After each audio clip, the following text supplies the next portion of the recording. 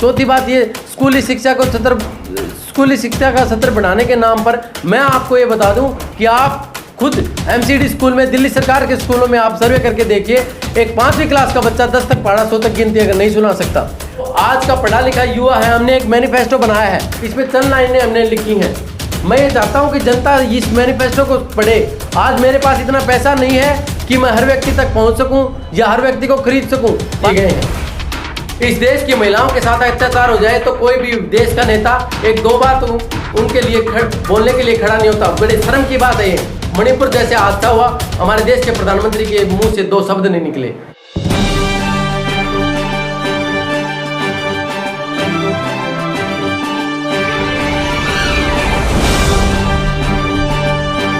Sir, परिचय के साथ बताएं, आज की जो पेशी कर रहे हैं, प्रेस कॉन्फ्रेंस कर रहे हैं, नमस्कार। क्या उद्देश्य है? नमस्कार, मेरा नाम वीरेंद्र है। मैं साउथ दिल्ली लोकसभा क्षेत्र से निर्दलीय उम्मीदवार हूं। आज हम चुनाव लड़ रहे हैं। मैं एक युवा हूं और जहां तक कि आज मैं बात करूं मैं इस हमारे देश की कि युवाओं का जो देश है हमारा, इसमें जो हमारा जो संसद भवन है उसमें बैठने वाले युवाओं की संख्या बहुत कम है।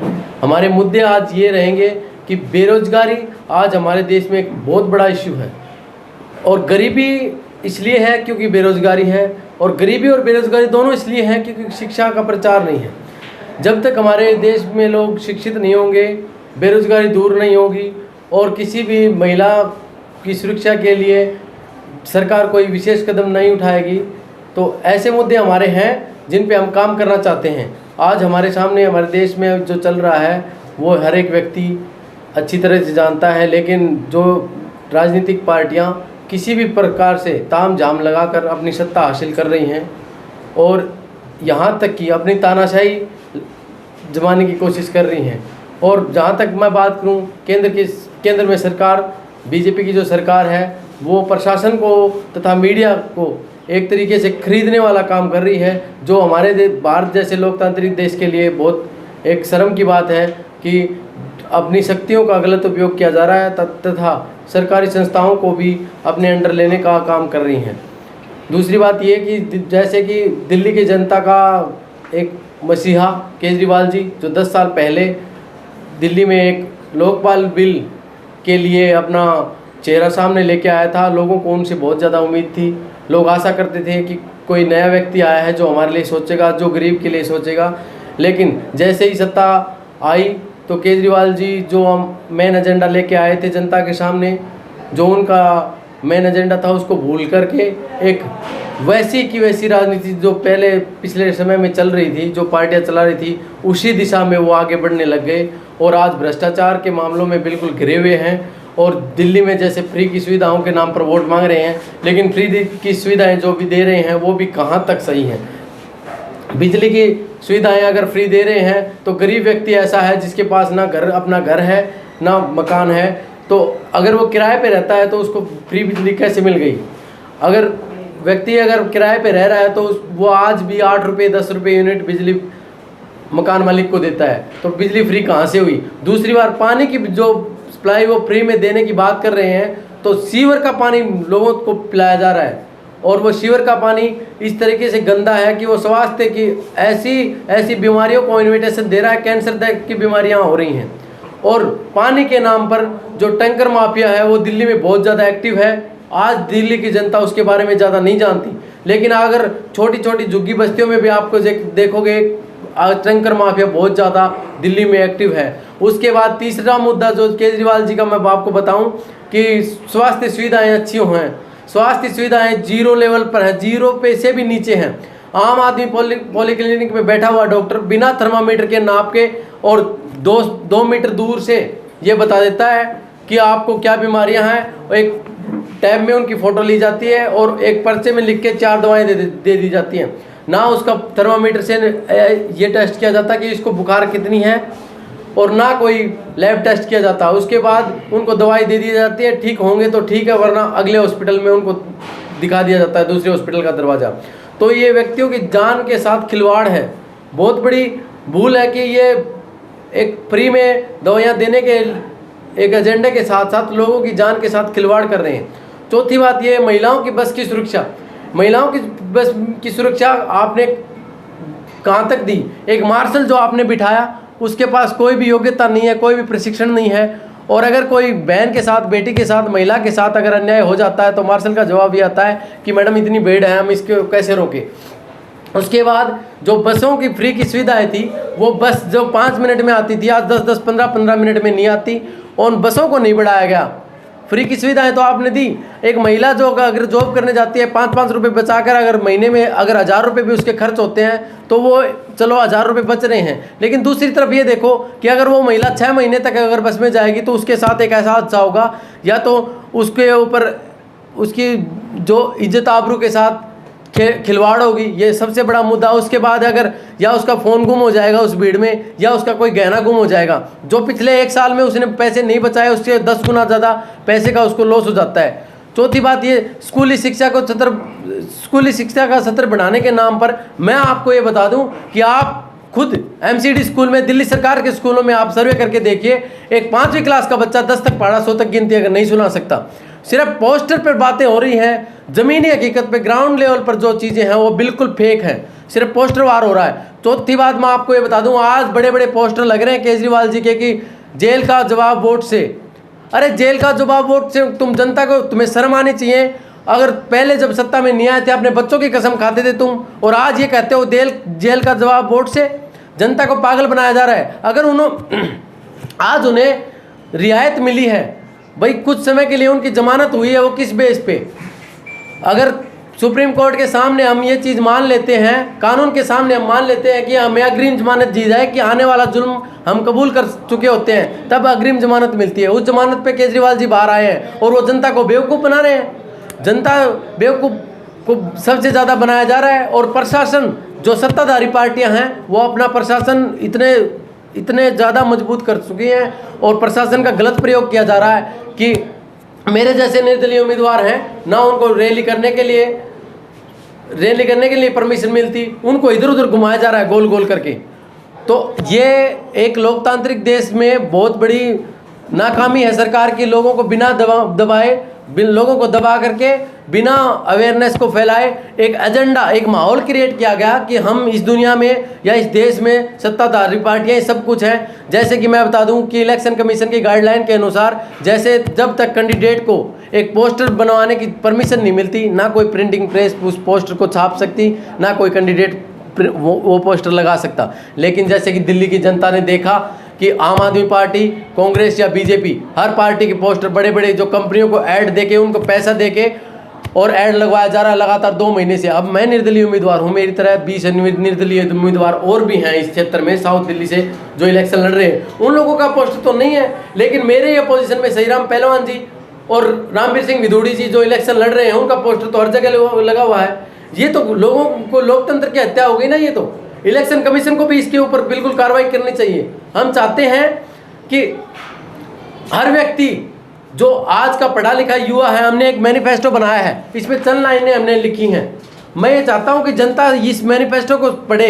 आज मेरे पास इतना पैसा नहीं है कि मैं हर व्यक्ति तक पहुंच सकूं या हर व्यक्ति को खरीद सकूं। पार्टियां व्यक्तियों को खरीद रही हैं बड़े बड़े जलसे करके। अब ये बताओ, अगर 50 आदमियों के साथ अगर कोई व्यक्ति वोट मांगने निकल रहा है तो उससे पुलिस वाले हर मोड़ पे परमिशन मांगते हैं, और 2-2 हज़ार गाड़ियों का काफिला घूम रहा है। अब ये बताओ 2-2 हज़ार गाड़ियों का काफिले में कितने करोड़ रुपए इलेक्शन में खर्च होंगे। इलेक्शन कमीशन की गाइडलाइन के अनुसार 95 लाख रुपए अगर कोई कैंडिडेट ऊपर खर्च करता है तो उसके खिलाफ कानूनी कार्रवाई की जाएगी। ये तो हर रोज 95 लाख रुपए खर्च कर रहे हैं।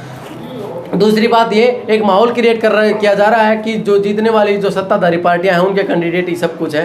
हमारी आवाज़ को दबाया जा रहा है। हम ये चाहते हैं कि इस देश का युवा, इस देश की बेटी, इस देश की माँ, इस देश की बहन और इस देश का गरीब, इस देश का दलित सोचे समझे और फिर वोट दे। हम ये चाहते हैं कि आने वाले समय में भले ही मैं हार जाऊं, मैं जनता के सामने दरख्वास्त करता हूं कि अगर मैं हार भी गया तो तुम्हें दिखूंगा ज़रूर। ये नहीं है कि आज मैं 15 दिन के लिए अपना राजनीतिक करियर चमकाने के लिए, एक फेस वैल्यू बनाने के लिए मैं सामने आ गया जनता। हम अब ये लड़ाई है वो अंतिम सांस तक लड़ेंगे। किसी गरीब के साथ, किसी महिला के साथ, किसी दलित के साथ, किसी मजदूर के साथ, किसी किसान के साथ, किसी भी तरीके का कोई भी अन्याय होता है तो उसकी आवाज़ बनकर वीरेंद्र हमेशा खड़ा रहेगा अंतिम सांस तक। अब दूसरी बात है, हम एक देश के सामने बड़ा इश्यू मैं रखना चाहूँगा। आज देश का नौजवान 17 साल 18 साल की उम्र में देश के लिए अपनी जान की कुर्बानी देने तक की तैयारी में वो आज सेना में भर्ती होता है। उसकी छुट्टी कर रहे हो आप 2 साल में, 4 साल में, 1 साल की ट्रेनिंग, उसके बाद उसकी 4 साल में आप छुट्टी कर रहे हो। और नेता 70 साल तक रिटायरमेंट नहीं होता। वैसे ही एक IAS ऑफिसर पढ़ लिख कर जनता की सेवा करने के लिए भर्ती होता है, अपना 30 साल का 35 साल का कार्यकाल जनता की सेवा में लगा देता है। उसको अगर 60 साल का हो गया तो उसको रिटायरमेंट दे दी जाती है। एक शिक्षक जो बच्चों को, स्कूली बच्चों को शुरू से लेकर के, शिक्षा के बिना कुछ नहीं है, शिक्षा का प्रचार करना जो व्यक्ति शुरू करता है, अगर उसकी एज 58 साल हो जाए तो उसको रिटायरमेंट कर दिया जाता है। लेकिन नेता अपनी कुर्सी छोड़ना नहीं चाहते, परिवारवाद की राजनीति हो रही है। एक व्यक्ति जो इस क्षेत्र में घुस गया वो अपना छोड़ना नहीं चाहता। अगर वो अपनी कुर्सी छोड़ता भी है तो एक परिवार के व्यक्ति को दे देता है कि मेरा चाचा है, मेरा भाई है, मेरा बेटा है, मेरी बहू है, मेरी बहन है। तो इस राजनीति को हमें ख़त्म करना है। देश में एक नई युवा शक्ति को हम प्रदर्शित करेंगे और हम चाहते हैं कि देश का युवा एक ऐसी सरकार बनाए, एक ऐसी सोच पैदा करें जो हमारे संविधान में आज हर पार्टी के कार्यकर्ता, हर पार्टी के नेता अपना अपना मैनिफेस्टो इस तरह छाप के ऐसे बोलते हैं हम ये काम करवा देंगे। मैं तो भाई साहब ये चाहता हूँ कि अगर नेताओं ने 5 साल अपने कार्यकाल में अगर काम किया होता तो उन्हें दोबारा मैनिफेस्टो बनाने की ज़रूरत नहीं होती, दोबारा जनता में जाने की ज़रूरत नहीं होती। मैं आपसे खुला चैलेंज करता हूँ कि आने वाले लोकसभा इलेक्शन में अगर मैं जीता तो मेरे को 5 साल बाद मेरी जनता से वोट मांगने का जरूरत नहीं होगा। वो लोग मेरे लिए काम करेंगे, पूरे देश में आवाज़ उठाएंगे। ऐसा माहौल क्रिएट करो ना। लोग अपने पैसे अपने जेब भरने के लिए इलेक्शन में आ रहे हैं और वो भेड़चाल चाल रहे हैं, लेकिन जनता को आज जनता को खुद इन चीज़ों को समझना पड़ेगा। और जनता को अनपढ़ इसलिए रखा जा रहा है ताकि लोग आवाज़ ना उठाएं, किसी मुद्दे पर ध्यान ना दें। बहला फुसला के जनता को पैसे का लालच देके, यहाँ तक कि शराब का लालच देके लोगों को अपनी पार्टी में शामिल किया जा रहा है या वोट डालने के लिए मजबूर किया जा रहा है। अब ये बताओ कि फ्री में स्कीमें बहुत आई, जैसे कि आपने देखा एक कोविड एक बहुत बड़ी महामारी थी, उसमें लोगों की जान के साथ खिलवाड़ कर दी। एक ऐसी दवाई करोड़ों लोगों को लगा दी गई जो सही नहीं थी। अब ये बताओ उससे अगर कोई व्यक्ति मरेगा उसकी जान की कीमत क्या तुम्हारे उसके बराबर थोड़ी ना है। व्यक्ति की जान की कीमत आज इनके सामने कुछ नहीं है। इनको सिर्फ वोट की राजनीति करनी है और ये चाहते हैं कि ये गरीब जनता, ये पागल जनता इनके पीछे रहे और अनपढ़ रहे और इनके तलवे चाटे। ये ऐसा माहौल क्रिएट किया गया है। जैसे कि 75 साल में हमने देखा कि देश में 2 तरह की विचारधाराएं आई। एक विचारधारा एक ऐसी आई जिसने ये सोचते हैं कि 2014 से पहले तो इस देश में हम पत्थर से आग जलाते थे और हमने 10 साल में सब कुछ कर दिया। और एक दूसरी विचारधारा वो ये कहती है कि 2014 से पहले तो सब कुछ अच्छा चल रहा था और अब तो हम लुट गए, पिट गए, बर्बाद हो गए। ये दोनों ही विचारधारा एक लोकतांत्रिक देश के लिए बहुत बड़ा खतरा है। हमें युवाओं को उजागर करना पड़ेगा, हमें लोगों को पढ़ाना पड़ेगा, शिक्षित बनाना पड़ेगा। वो लोग पढ़ेंगे अगर लोग अपना इतिहास पढ़ते हैं, लोग अपना कानून व्यवस्था पढ़ते हैं। आज हमारे देश की बेटी को ये तो पता है कि 1 साल में कितने वर्ष आते हैं, लेकिन उसको ये नहीं पता कि संविधान में उसको कितने अधिकार दिए गए हैं। इस देश की महिलाओं के साथ अत्याचार हो जाए तो कोई भी देश का नेता 1-2 बात उनके लिए बोलने के लिए खड़ा नहीं होता। बड़े शर्म की बात है ये। मणिपुर जैसे हादसा हुआ, हमारे देश के प्रधानमंत्री के मुंह से 2 शब्द नहीं निकले। कितनी शर्म की बात है। आज बड़े बड़े जगह इतना बड़ा, जैसे कि आज हम ये मानते हैं कि 370 का मुद्दा बीजेपी सरकार ने ख़त्म कर दिया। 370 का मुद्दा अगर ख़त्म हुआ तो उससे फ़ायदा आम जनता को नहीं हुआ, ना कश्मीर के आवाम को हुआ, ना देश की आम जनता को। अरे जो कि मिडिल क्लास है या गरीब आदमी है वो जाके कश्मीर में थोड़ी ना वहाँ प्लॉट खरीदेगा। वहाँ अंबानी अडानी के गोदाम होंगे, वहाँ के इन्वायरमेंट के लिए बहुत बड़ा खतरा होगा। और वहाँ के आवाम आज ऐसे जी रही है जैसे कि जेल में बंद हो। उन्हें टाइम के हिसाब से कि हमें दूध लेने घर से इतने बजे बाहर निकलना है, ऐसी उनके ऊपर तानाशाही की जा रही है। हम ये देश हम सब लोगों का है, हम लोकतांत्रिक देश है, इस पर तानाशाही नहीं होनी चाहिए। मैं जनता से दरख्वास्त करता हूँ कि मेरी साउथ दिल्ली लोकसभा क्षेत्र ज़रूर है, लेकिन मेरे मैनिफेस्टो में एक भी बात ऐसी नहीं लिखी जो मैं ये कहूँ कि मैं लोकसभा क्षेत्र में मैं ये विकास करवा दूंगा।